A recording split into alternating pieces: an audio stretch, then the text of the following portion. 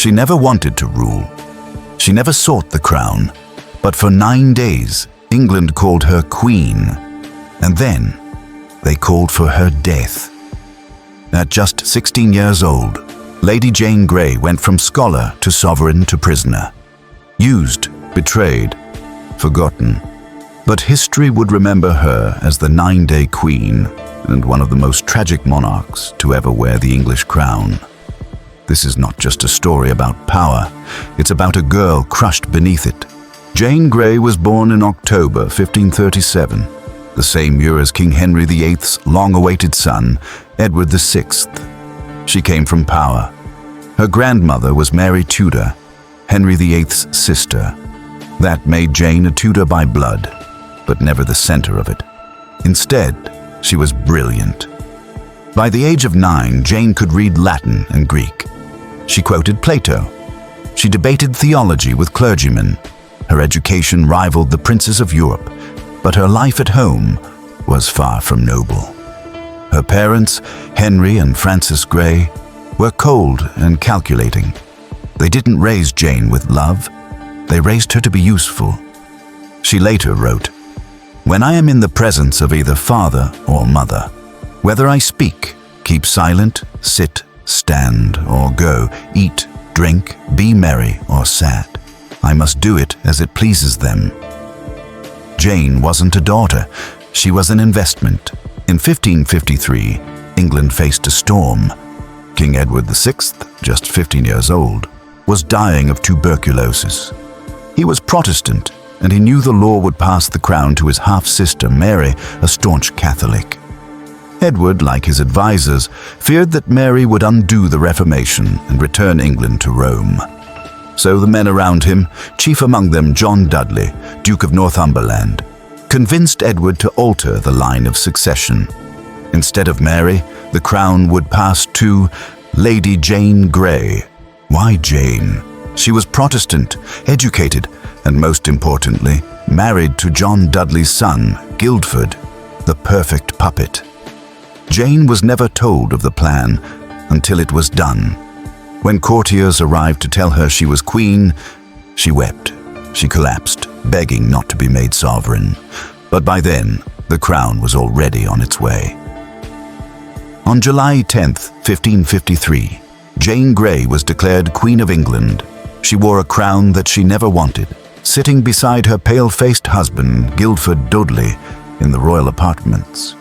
But her reign was born in whispers. London was quiet. The crowds didn't cheer. The people weren't convinced.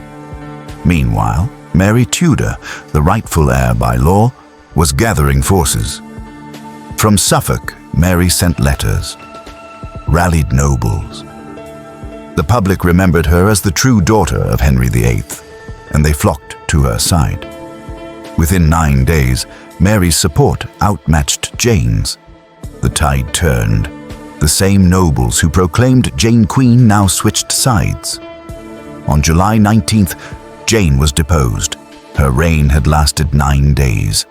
She and Guildford were taken to the Tower of London, not as royalty, but as traitors. At first, Jane was treated gently. Even Queen Mary felt sympathy. She believed Jane was not a threat, but a girl misled by the greed of others. Jane was confined to a quiet cell where she continued to read scripture and write letters of forgiveness and faith. She even received visitors. She was calm, dignified, and deeply devout. But trouble was brewing. Jane's own father, Henry Grey, foolishly joined a Protestant rebellion against Mary, known as Wyatt's Rebellion. It failed, and suddenly, Jane was no longer just an unfortunate cousin. She was now a symbol of Protestant resistance, a rival claim to the throne, a threat. Mary had been reluctant to act, but now she had no choice. On February 12th, 1554, Lady Jane Grey was sentenced to death by beheading. Guildford was executed first. Jane saw his headless body carried past her window on a cart. She remained calm. She asked to be allowed to die with dignity. That morning, she walked to the scaffold in a simple white gown, holding a small book of prayer, A crowd had gathered. Many wept. Jane gave a brief speech. "I do wash my hands of innocence before God and the face of you, good Christian people, this day." Then she blindfolded herself. But in her confusion, she couldn't find the block. "What shall I do? Where is it?" she cried. A voice gently guided her hand.